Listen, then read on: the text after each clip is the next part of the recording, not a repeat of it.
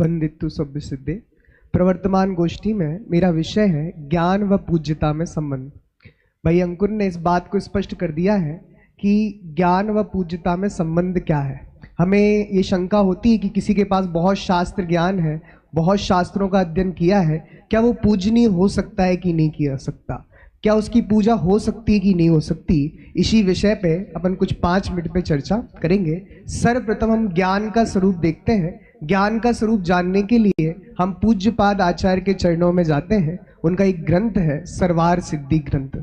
सर्वार सिद्धि ग्रंथ में जब प्रथम सूत्र लिखा गया सम्यक दर्शन ज्ञान चारित्राणी मोक्ष मार्गा, तो आचार्य पूज्यपाद जो कि लक्षण लिखने में प्रसिद्ध है, कहा भी जाता है प्रमाणम अकलंकस्य पूज्यपादस्य लक्षणम धनंजय कविर काव्यम रत्नत्रयम अपश्ययम।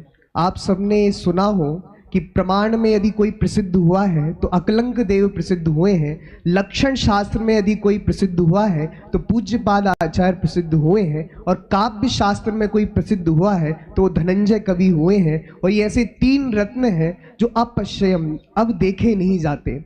उन्हीं 3 रत्नों में से एक रत्न आचार्य पूज्यपाद अपने ग्रंथ सर्वार सिद्धि में ज्ञान का व्युत्तिपरक अर्थ बताते हैं। ज्ञायते अनेन इति ज्ञानम व्यक्ति मात्रम ज्ञानम।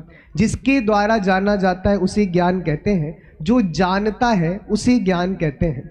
और भी ज्ञान के स्वरूप का स्पष्टीकरण करने के लिए हम परीक्षा मुख ग्रंथ की तरफ बढ़ते हैं, जिसके लेखक माणिक्य नंदी आचार्य हैं। बहुत सारे लोग जो कि न्याय शास्त्र से अपरिचित होंगे, इन्होंने माणिक्य नंदी आचार्य का नाम भी नहीं सुना होगा।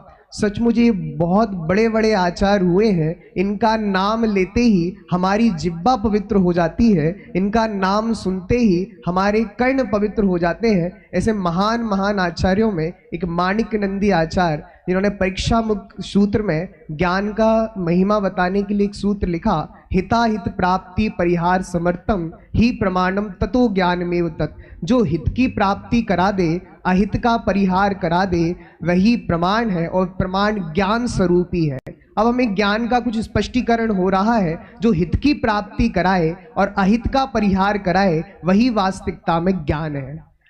रत्नगण शाब्काचार्य आचार्य समंतवद्य की रचना, आचार्य समंतवद्य के बारे में एक कवि ने बहुत सुंदर लिखा है। जब आप समंतवद्य आचार्य को पढ़ो तो आपको ऐसा लगना चाहिए कि महावीर भगवान के वचन है। बचा समंत्र भद्रस्य वीरस्येव व्रजम्बते। मतलब समंतवद्य आचार्य के वचन मानो महावीर भगवान के वचन है। जब जब आप समंतवद्य आचार्य को सुनो तो आपको लगना चाहिए कि महावीर भगवान बोल रहे हैं। वो समंतवद्य आचार्य अपने रत्नगण शाब्काचार्य ग्रंथ में सम्यक ज्ञान का स्वरूप बताते हुए लिखते हैं, अन्यून मनतिरिक्तम याता तत्यम विना च विपरीतम।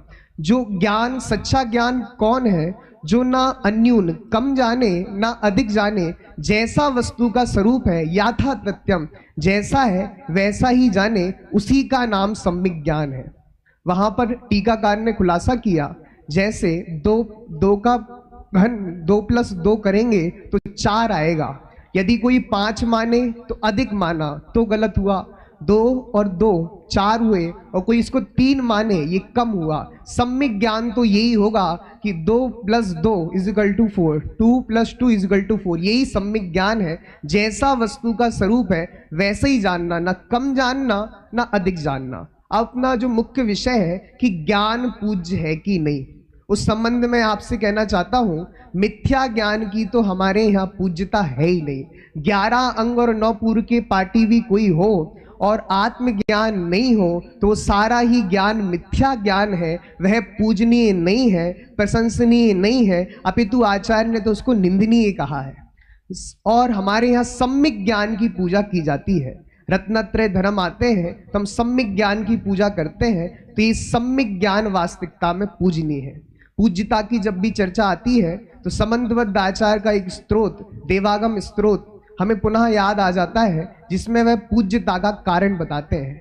वो मानो भगवान से वार्तालाप कर रहे हो, मानो भगवान के सामने कह रहे हो कि हे भगवान, मैं आपको तभी मानूंगा जब आपके अंदर ये गुण होंगे। कौन कौन से गुण? तो प्रारंभ से थोड़ी चर्चा करते हैं। उन्होंने पहला कारिका लिखी, देवागम नवो यानम चाम्र आदि विभूतया माया विश्व विदृश्यन्ते ना तस्तमसी नोव। हे भगवान, आपके पास 100 इंद्र आपको नमस्कार करते हैं, इसलिए आप महान नहीं हो। आपका आकाश में विहार होता है, इसलिए आप महान नहीं हो। कि आकाश में तो पशु भी, पक्षी भी उड़ान करते हैं, वो भी विहार करते हैं। अगर इससे आपकी महानता होती तो पक्षियों को भी महान कहना पड़ता। तो अंत में आचार्य देव लिखते हैं, ना तस्तमसी नो महा, इससे आपकी महानता नहीं है। फिर अध्यात्म बहिरपेशा, इस कारिका के द्वारा कि शरीर में सौंदर्य है, सुगंध आती है, इसलिए आप महान नहीं हो। ये तो देवों के पास भी सुंदर शरीर देखा जाता है। और अंत में वो निष्कर्ष के रूप में चौथी कारिका में बताते हैं, दोषा वर्णयोर हानिर निशेषा अतिशाय नाथ क्वचित यथा सुहेतुभ्यो वाहिर अंतर मलक्षय। हे भगवान, आपकी पूज्यता वास्तविकता में देखा जाए तो 2 कारणों से है, क्योंकि आपके दोष और आवरण की हानि हो चुकी है। दोष किसका नाम है? तो टीकाकार खुलासा करते हैं, अज्ञान दोष है, मिथ्या दर्शन दोष है, राग दोष है, ये सब आपके चले गए हैं, इसलिए आप महान हो। आवरण का अर्थ करते हैं ज्ञानावरणादि द्रव्य कर्म। तो आपके अज्ञान राग देश चले गए हैं और आपके बाहर में अष्ट कर्म नष्ट हो गए हैं, इसलिए हे भगवान, आप मेरी दृष्टि में महान हो। बाहर के कारणों से आप महान नहीं हो, क्योंकि बाहर के कारण तो अन्य देवादिक के भी देखे जाते हैं। इस तरह यहाँ पर आचार्य समंतवद ने अज्ञान को दोष कहा है, तो प्रक्रांतर से ज्ञान को पूज्य कहा है कि हे भगवान, आपकी पूज्यता सम्यक ज्ञान से है, आपकी पूज्यता केवल ज्ञान से है। फिर हम पंडित टोडामल जी के पास चलते हैं, मोक्ष मार्ग प्रकाशक पर। पंडित टोडामल जी को भी आचार्य कल्प की उपाधि से नवाजा जाता है। वह पंडित टोडामल जी मोक्ष मार्ग प्रकाशक के प्रथम अध्याय में पूज्यता का कारण बताते हैं। वहां भी वह 2 शब्द लिखते हैं कि कोई भी व्यक्ति रागादि की हीनता और ज्ञानादि की अधिकता से पूज्य होता है। यहाँ भी वो ज्ञान को पूज्यता के कारण में स्वीकार कर रहे हैं। और वो ऐसा लिखते हैं कि जो आचार्य उपाध्याय साधु हैं, उनके एक देश रागादिक की हीनता और ज्ञानादिक की अधिकता हुई है, इसलिए वो एक देश बीतराग विज्ञान में है, और जो अरिहंत और सिद्ध भगवान है वह पूर्ण बीतराग विज्ञान में है। इस तरह व्यक्ति रागादि की हीनता और ज्ञान की अधिकता से पूज्य होता है। और ये बात एकदम लोक में भी प्रसिद्ध है। किसी के पास ज्यादा ज्ञान हो तो स्वतः हमें उसकी महिमा आती है, भले ही हम उसकी पूजा ना करें, लेकिन चित्त में विनय का भाव तो आता ही है।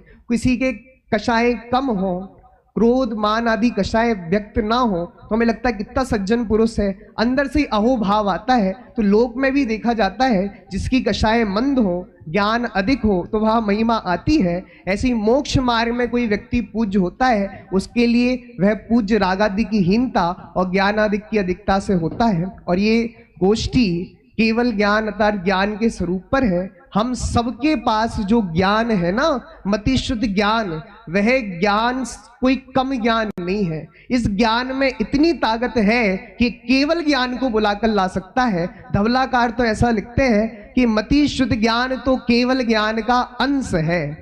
जैसे एक पानी की बूंद यदि तवे पर गिरती है तो नष्ट हो जाती है, यदि वो पानी की बूंद किसी फूल पर पड़ती है तो कुछ समय के लिए चमकती है, यदि वो पानी की बूंद सागर में मिल जाती है तो सागर हो जाती है। ऐसे ही हमारा वर्तमान ज्ञान जो मति शुद्ध ज्ञान है, यदि वो विषयों में लगेगा तो नष्ट हो जाएगा, यदि शुभ भाव में लगेगा तो कुछ समय के लिए चमकेगा। यदि ये ज्ञान इस ज्ञान स्वरूपी भगवान आत्मा में निमग्न हो जाए तो वास्तविकता में केवल ज्ञान प्रकट होगा। हम सब इस ज्ञान के वास्तविक स्वरूप को समझकर केवल ज्ञान की प्राप्ति करें, यही हम सबका वास्तविक प्रयोजन है। इस तरह मेरा विषय पूरा।